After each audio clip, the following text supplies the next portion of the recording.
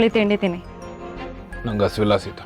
ಹಸುವಿಲ್ವೋ ಅಥವಾ ಅಶೋಕ್ ಮೇಲೆ ಇರೋ ಕೋಪನ ತಿಂಡಿ ಮೇಲೆ ತೋರಿಸ್ತಾ ಇದ್ದೀರಾ? ಹಾಗೇನಿಲ್ಲಪ್ಪ. ಹಾಗಾದ್ರೆ ಅಶೋಕ್ ಇಲ್ಲ ಅಂತ ನಿಮಗೆ ತಿಂಡಿ ಸೇರ್ತಿಲ್ಲ ಅಲ್ವಾ? ಅವನಿಲ್ಲ ಅಂದ್ರೆ ನಂಗೆ ತಿಂಡಿ ಸೇರಲ್ಲ. ನಾನೇನು ಅವ್ನು ಮಿಸ್ ಮಾಡ್ಕೊತ ಇಲ್ಲ. ಹೌದಾ? ಹೌದು. ಯಾಕೆ ನಗ್ತಾ ಇದ್ದೀರಾ? ಇವಾಗ ನಾನೆಲ್ಲ ಹೇಳ್ದೆ ನೀವು ಅಶೋಕ್ನ ಮಿಸ್ ಮಾಡ್ಕೋತಿದ್ದೀರಾ ಅಂತ? ಈಗೇನ್ ಸೀತಾ, ಅಶೋಕ್ನ ಮಿಸ್ ಮಾಡ್ಕೊಂತ ಇಲ್ಲ ಅಂತ ಪ್ರೂವ್ ಮಾಡೋದಕ್ಕೆ ನಾನು ತಿಂಡಿ ತಿನ್ಬೇಕು ಅಷ್ಟೇ ತಾನೇ? ಕೊಡಿ.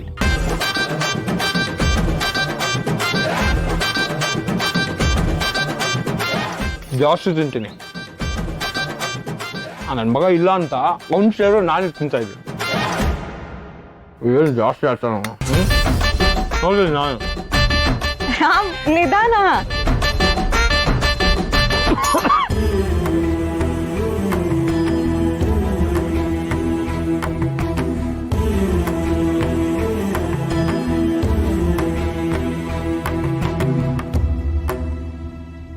ನಿಧಾನಕ್ಕೆ ತಿಂಡಿ ತಿನ್ನಿ, ಇದೆಲ್ಲೂ ಓಡೋಗೋದಿಲ್ಲ. ಇವಾಗ ಕನ್ಫರ್ಮ್ ಆಯ್ತಾ ನಾನು ಅವ್ನು ಮಿಸ್ ಮಾಡ್ಕೊಂತಿಲ್ಲ ಅಂತ? ಮೋರ್ ಓವರ್ ಆ ನನ್ನ ಮಗನ್ನ ನಾನು ಯಾವತ್ತೂ ಕ್ಷಮಿಸಲ್ಲ. ಅಲ್ಲೋದಿದ ಚಿಕ್ಕಿಗೆ ಅವ್ನು ಎಷ್ಟು ಹರ್ಟ್ ಮಾಡಿದಾನೆ. ನಾವಿಬ್ರು ಮೊದಲಿನ ತರ ಆಗ್ಬೇಕು ಅಂದ್ರೆ ನನ್ನ ಮಗ ಬಂದು ಚಿಕ್ಕಿ ಹತ್ರ ಫಸ್ಟ್ ಸಾರಿ ಕೇಳ್ಬೇಕು, ಆಗ್ಲೇ ಮಾತಾಡ್ಸೋದು ನಾನು. ಹಾಗಿದ್ರೆ ಅಶೋಕ್ ಬಂದು ಸಾರಿ ಕೇಳಿ ಅಂತ ನೀವು ಕಾಯ್ತಾ ಇದ್ದೀರಾ. ಬೆಸ್ಟ್ ಫ್ರೆಂಡ್ ನ ಬಿಟ್ಟಿರಕ್ಕೆ ನಿಮಗೆ ಆಗ್ತಿಲ್ಲ ಅಲ್ವಾ? ನಾನು ರೇಗಿಸ್ಬೇಡಿ ಪ್ಲೀಸ್. ಸರಿ ಬಿಡಿ, ಚಿಕ್ಕಿ ಹತ್ರ ಸಾರಿ ಕೇಳಕ್ಕೆ ನಾನು ಅಶೋಕ್ ಹೇಳ್ತೀನಿ. ಬೇಕಾಗಿರೋದಿದ ಅವ್ನ ಮನ್ಸಿಗೆ ನಾನು ತಪ್ಪು ಮಾಡಿದೀನಿ ಅಂತ ರಿಯಲೈಸ್ ಆದ್ರೆ ಚಿಕ್ಕಿ ಹತ್ರ ಬಂದು ಅವನೇ ಸಾರಿ ಕೇಳಿ. ಏನ್ ಫ್ರೆಂಡ್ಸು ನೀವಿಬ್ರು?